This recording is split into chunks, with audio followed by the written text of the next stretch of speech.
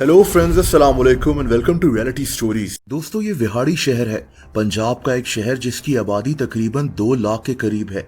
आज की ये कहानी इसी शहर से है, एक डॉन की कहानी जिसने विहाड़ी शहर में खौफ फैला रखा था।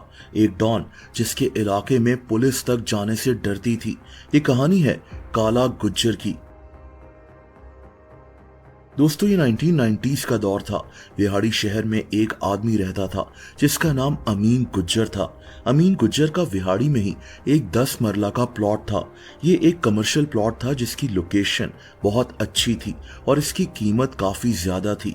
अमीन गुज्जर ये प्लॉट बेचना चाहता था और दोस्तों, तभी एक डीएसपी की नजर इस प्लॉट पर पड़ गई। इस डीएसपी का नाम खुरम गोंदल था।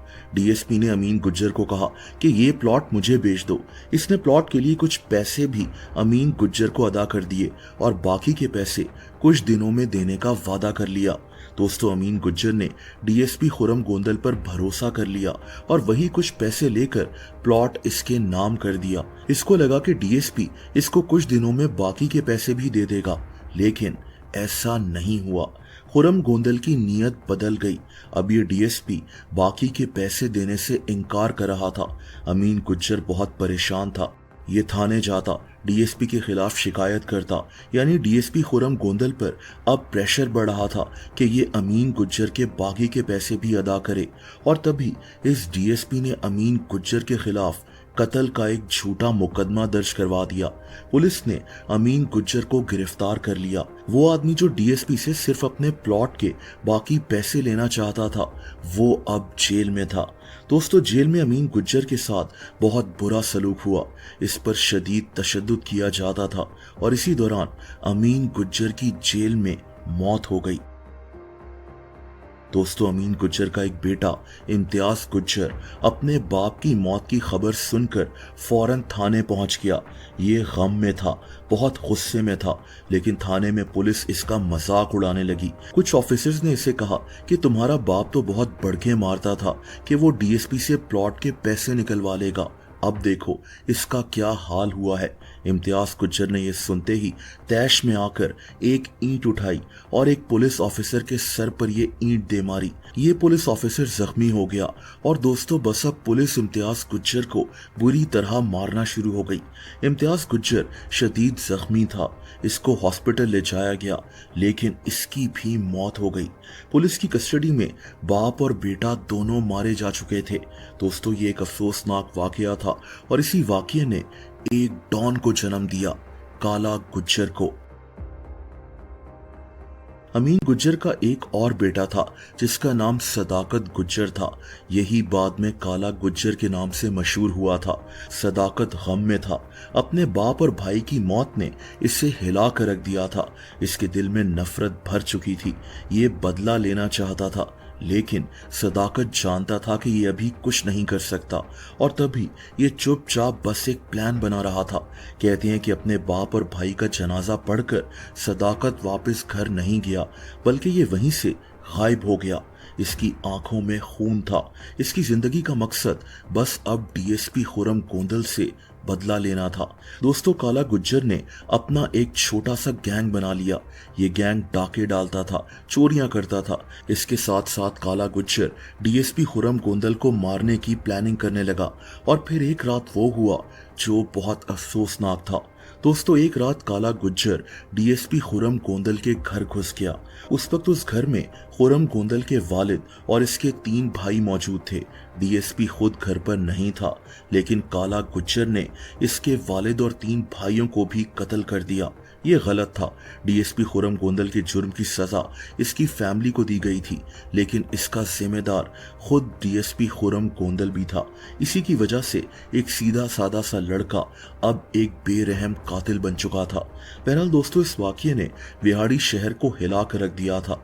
एक डीएसपी की फैमिली कत्ल हो गई थी।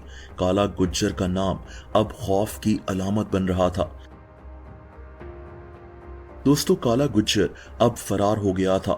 इसका गैंग भी अब बहुत ताकतवर हो चुका था। काला गुज्जर के एक हुक्म पर इसके गैंग के लोग कुछ भी करने को तैयार थे।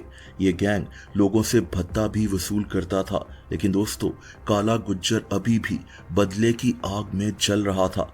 जिस थाने में इसके बाप और भाई को कत्ल किया गया था, ये अब उस थाने पर हमला करने की प्लानिंग करने लगा। दोस्तों, एक दिन काला गुज्जर और इसके साथियों ने भेस बदला।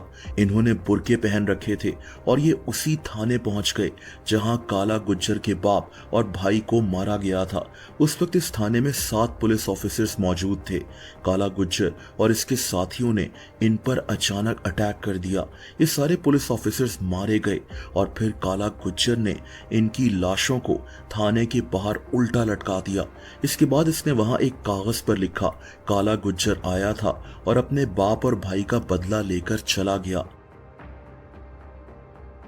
दोस्तों, ये एक बहुत बड़ा वाकया था। एक थाने में घुसकर पुलिस ऑफिसर्स को मार दिया गया था। इस वाकये की वजह से काला गुज्जर पूरे पंजाब में मशहूर हो गया। पुलिस ने इसके सर की कीमत 50 लाख रुपए रख दी थी।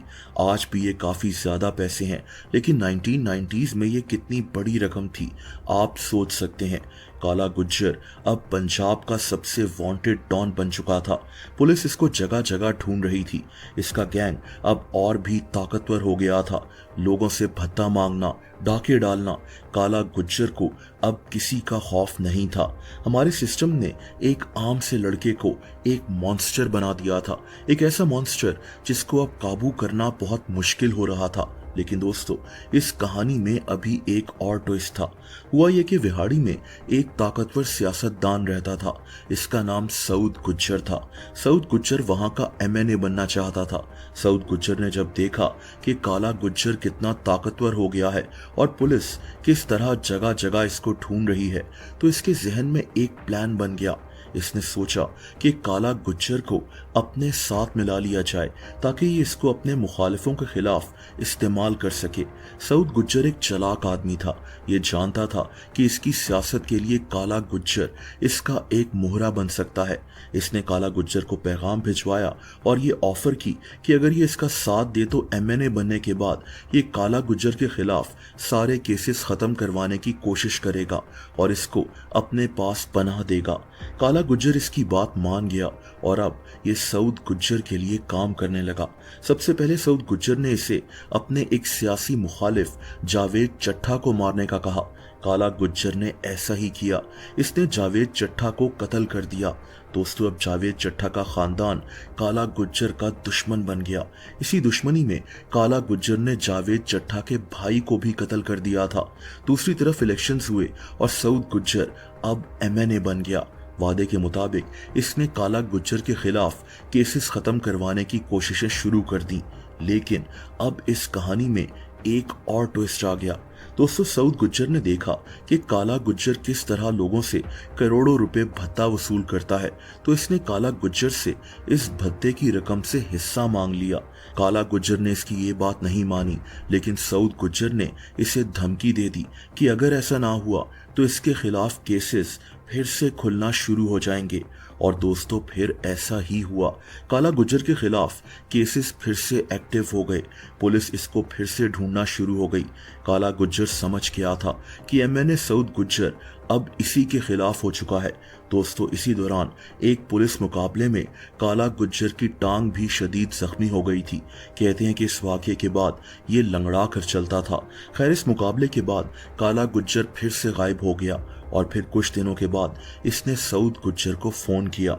इसने सऊद गुज्जर से माजरत की और इससे कहा कि मैं आपके डेरे आकर माफी मांगना चाहता हूं। दोस्तों, सऊद गुज्जर बहुत खुश हो गया। इसने अपने डेरे पर खाने वगैरह का इंतजाम करवाया और काला गुज्जर को कहा कि सिर्फ 2 से 3 साथियों के साथ गैर मुसल्ला होकर मेरे डेरे पर आना है।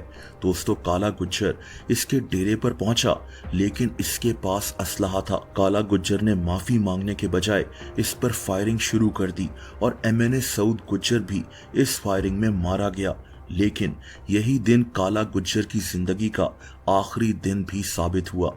असल में बाहर अब भारी तादाद में पुलिस पहुंच चुकी थी। काला गुज्जर सऊद गुज्जर के डेरे पर ही था। पुलिस ने लाउड स्पीकर पर ऐलान किया कि तुम हथियार डाल दो, लेकिन काला गुज्जर ने साफ इनकार कर दिया और अब ये डेरा एक जंग का मैदान बन गया।